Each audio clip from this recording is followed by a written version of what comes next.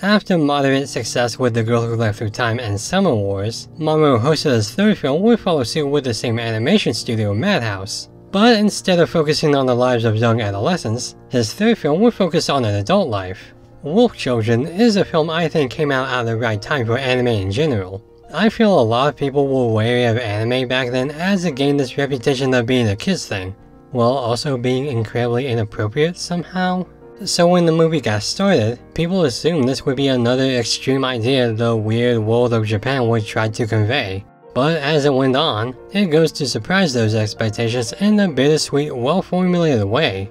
Hana, a college student, falls in love with a wolfman and has 2 children with him. But when the father is killed in an act of nature, it's now up to Hana to raise their 2 wolf children all on her own, which proves as difficult as it sounds, as she has to deal with the whims of 2 children as well as the instincts of 2 wild animals simultaneously. This means moving out to the countryside for the space and freedom, resorting to limited contact with outsiders, and the overall challenge of raising 2 kids on her own. And as the children grow, new challenges arise for this unprecedented family.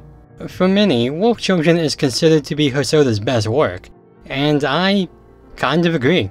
It's incredibly refreshing to watch a movie for adults about adult subject matters like raising kids and trying to do the best for them, especially going in blind, which, you know, I did do at one point. So the initial experience for me was a positive one.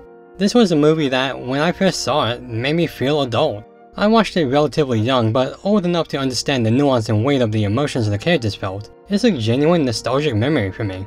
But back to the flick itself.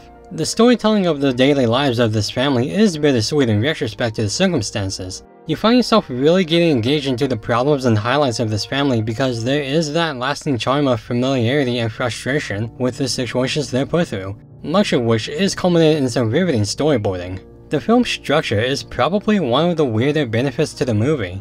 The first half of the film makes several time leaps into the future, which is standard, but continues on increasing the tempo of those scenes, essentially creating long montages in a short span. And it works, as it gives you the exposition quickly but effectively, while giving you a ton of well-framed shots and/or quick moments of Hana's everyday life. Hana is a great lead. There's a lot to admire about how she chooses to change so much of her life so that her kids can live better ones, all without complaining or making a fuss, but understandably getting frazzled occasionally. Like, I've met this person before. The kind of person who always tries their best for other people while not expecting anything in return, simply because they have this feeling that they need to, and will happily do so, even at the cost of their own energy and time. She's that mom that doesn't fuss over her kids, but doesn't spoil them either, letting them choose their path in life while also hiding this melancholic feeling of fearing that she may not be doing the best for them. That's a fairly complex and rare kind of protagonist, and I appreciate how well done she's written. Speaking of, let's talk about the Wolf Children. Hana's daughter and son, Yuki and Ame, are 2 very dynamic fuzzballs, having this energy befitting of wolf-human hybrids as well as the complexity if so, as each try to find where they're going in life, whether it be in human society or the wild.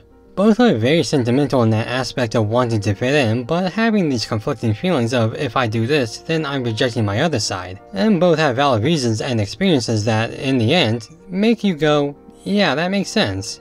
The animation is by far the best part of the movie. Watch the scene where the family runs in the snow, or the scene where Hana searches for Ame in the rain, or when Yuki or Ame change between their wolf and human forms. The camera work and the colors are gorgeous to look at, like you're in this rural community and you're experiencing this world for yourself. It's absolutely breathtaking how dynamic the action scenes are. I could seriously watch the snow scenes forever and still not be satisfied.